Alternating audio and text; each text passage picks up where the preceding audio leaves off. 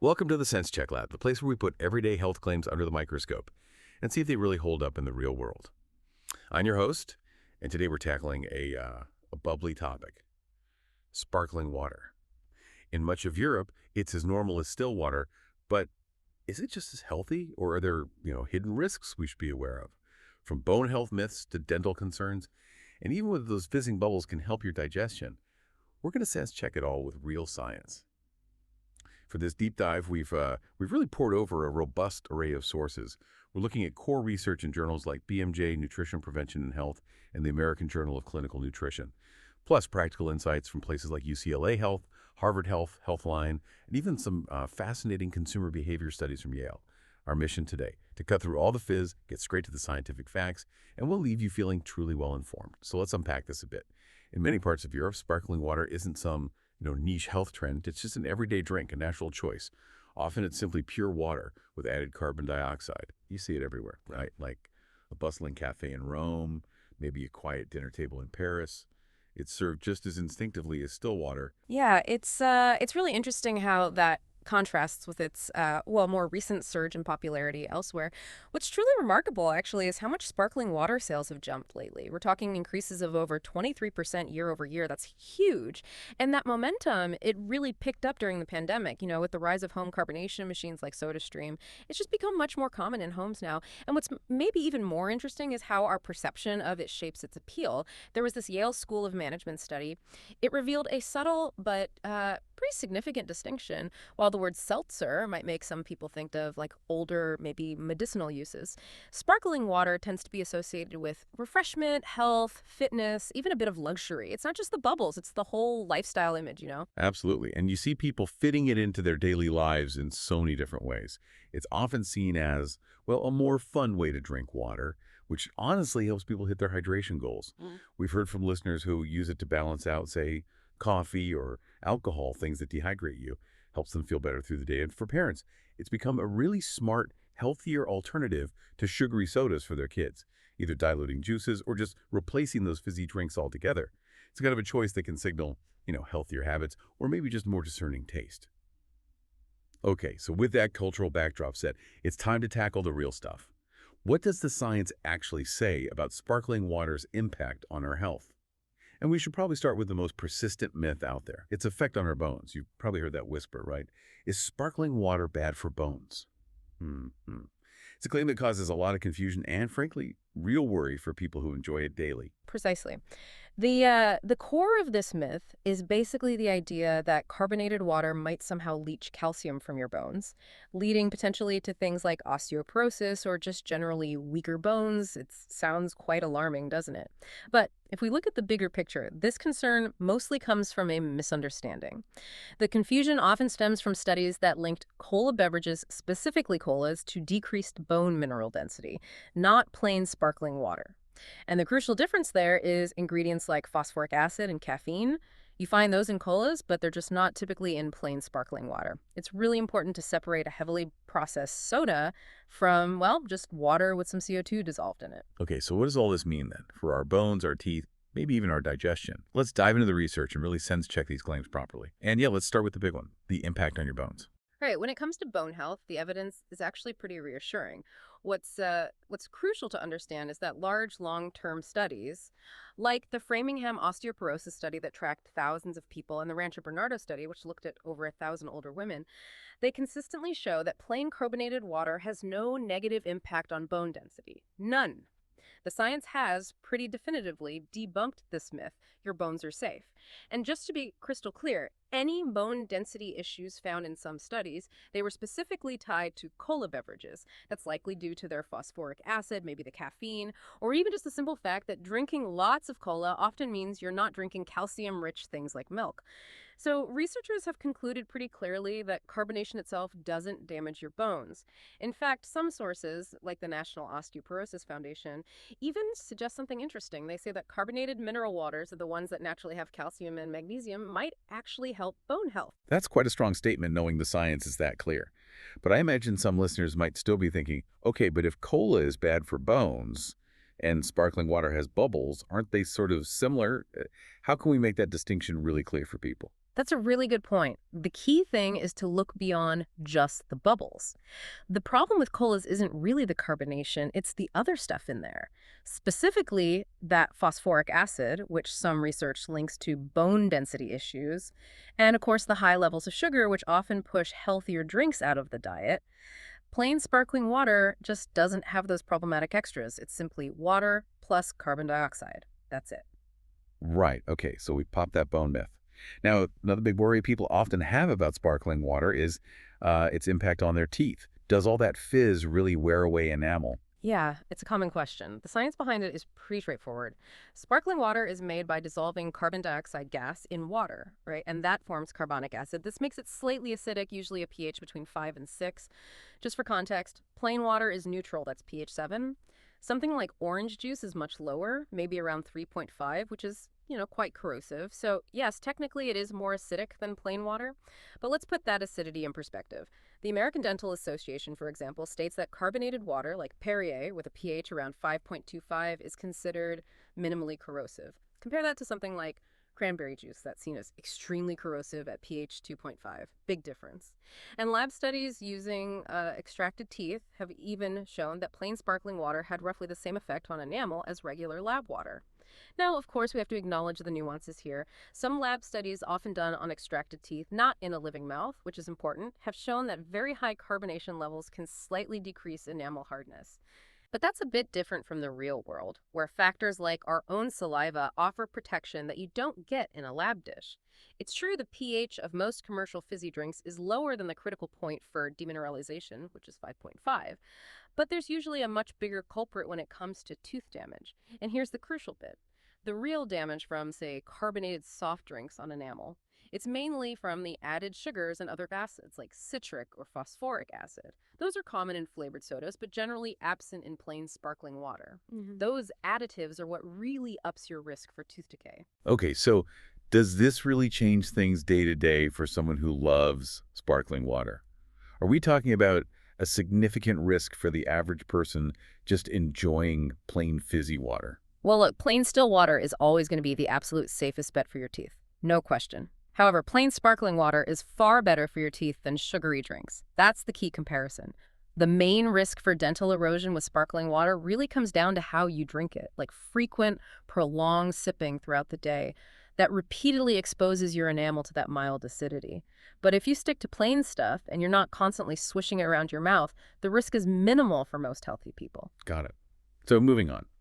When it comes simply to staying hydrated, sparkling water basically holds its own against still water, doesn't it? Absolutely. Sparkling water is definitely an effective way to stay hydrated.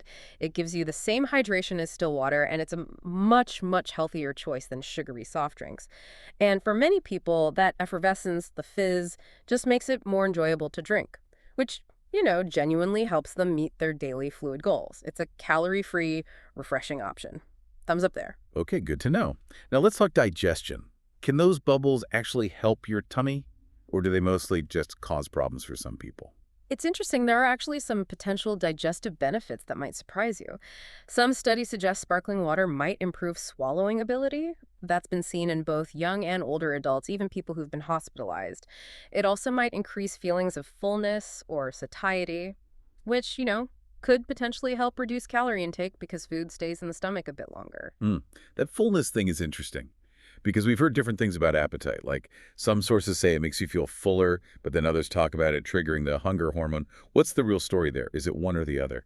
That's a great observation, and it really highlights a more nuanced area. It's not quite so simple. While some research does point towards increased satiety, other experts and studies are, let's say, more skeptical about a direct weight loss effect from that.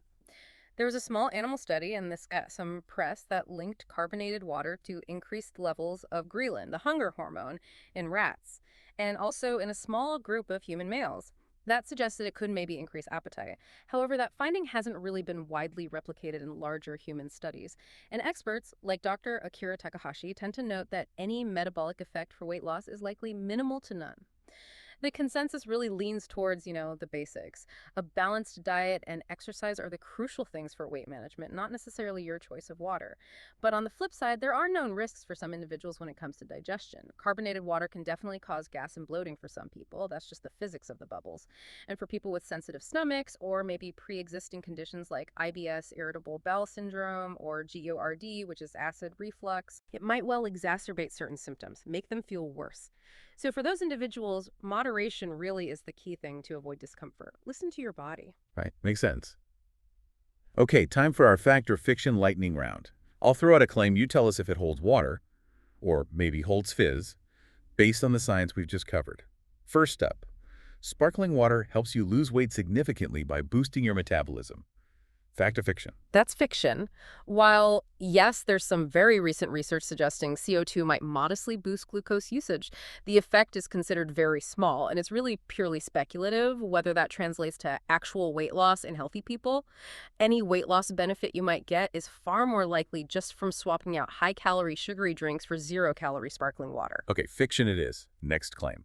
All carbonated beverages, including plain sparkling water, are equally bad for your teeth. Fiction again. This is a really common mix-up. Plain sparkling water is only considered minimally corrosive. That's worlds away from extremely corrosive sugary sodas or fruit juices, which have much stronger acids and sugar. That sugar is a huge factor for decay. So the real problem lies with those added ingredients, not just the carbonation itself. Good distinction. Here's one we hear all the time. Drinking sparkling water will make your bones brittle. Definitely fiction. This myth has been thoroughly busted by research. Numerous large studies consistently show plain carbonated water does not negatively impact bone mineral density. The whole idea comes from those findings, specifically linking cola drinks, remember, the ones with phosphoric acid and caffeine, to lower bone density. It's a totally different drink. Got it. How about this one? Sparkling water is just as hydrating as still water. That one is fact. The scientific consensus is really clear on this. Sparkling water provides equivalent hydration to still water. It's a healthy, calorie-free alternative to sugary drinks, and it absolutely helps people meet their daily fluid goals. All right, last one for the round. Using a straw with sparkling water is always better for you. That one's fiction, but with an important caveat, or maybe it depends. While using a straw can reduce the direct contact of the acidic water with your tooth enamel, which is definitely a good thing for dental health, some sources point out that using a straw can also make you swallow more air, and that can actually increase gas and bloating for some individuals. So it's kind of a personal trade-off, really. Depends on whether you're more concerned about your teeth or potential bloating. Interesting trade-off there. So let's pull this all together. What does this mean for you, our listener, and your daily habits? How can you best navigate the world of sparkling water, given everything we've just discussed? Yeah, the clear takeaway, I think, is that plain sparkling water is generally a perfectly healthy choice for most people. It's an excellent zero-calorie alternative to sugary soft drinks, and it really can help you stay hydrated. It's mostly about being informed and making choices that suit your own body and your preferences. Now, for some more personalized guidance, if you tend to experience bloating or gas, or if you have known digestive issues like IBS or GERD, then yes, sparkling water might make those symptoms worse. In those cases, maybe consider cutting back or switching to still water more often. As Dr. Takahashi said, moderation is key. Listen to your gut. And for sensitive teeth, while plain sparkling water is only minimally corrosive, remember that frequent, prolonged sipping could still be an issue over time. So if your teeth are already sensitive or if you see signs of erosion, just be a bit more mindful about how often and how long you're sipping it. And to make the absolute healthiest choices, here are a few pro tips. First, always read the labels carefully. Look for plain sparkling water. You want 0 calories, no sugar or high fructose corn syrup, low sodium, ideally under 100 milligrams per can, and minimal artificial sweeteners.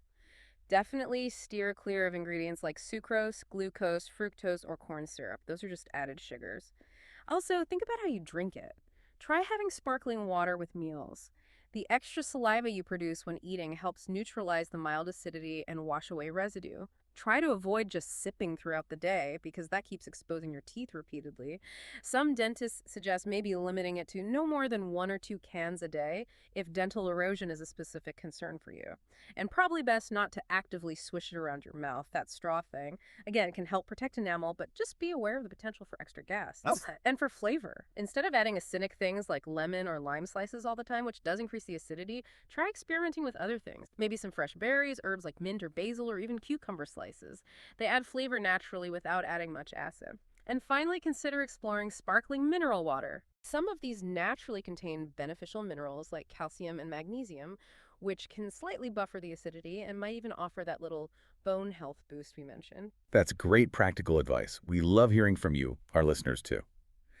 Before we did this deep dive, we heard some really interesting questions and, well, misconceptions. A lot of you wondered if sparkling water was just as bad as soda or if it really did affect your bones. We really hope today's discussion has given you some clear answers, all backed by solid research. And, we want to invite you to continue your own sense check experiments at home. Maybe try some of these pro tips, like having sparkling water with meals or trying those natural flavorings instead of citrus. And let us know. Report back to us. What did you notice about your energy, your digestion, maybe just how you felt after tweaking your sparkling water habit? Yeah, absolutely. We really encourage that kind of critical thinking. There's always more to learn, right? And different perspectives just enrich everyone's understanding. Your own personal experience combined with the evidence we've shared today, that's really the key to becoming your own health expert. That's it for today's Sense Check. We've popped the myths, dived deep into the research, and hopefully given you a much clearer picture of where sparkling water stands in your daily hydration. Yeah, the key takeaway is pretty straightforward. Plain sparkling water. Safe for bones, great for hydration. Myths busted, evidence checked. Okay, final Sense Check pulse. What did we really learn today? Plain sparkling water looks like a fantastic, healthy choice for most people. Definitely a much better alternative to sugary sodas. But, like pretty much anything, being informed about your own personal sensitivities, especially around digestion or maybe tooth enamel, and really reading those labels carefully makes all the difference, but still remains a bit uncertain. Well, while the evidence on major things like bones is strong, the exact mechanisms of CO2 on appetite or its precise long-term dental effects for absolutely everyone, those are still areas where, personal observation and maybe future research will continue to add to our understanding. Thank you so much for tuning in to the Sense Check Lab. If you enjoyed this deep dive, please follow the show, maybe share it with a friend who loves their fizzy water, and definitely drop us a comment with your own questions or myths you'd like us to investigate next time. Until then, keep questioning, keep checking, and stay hydrated.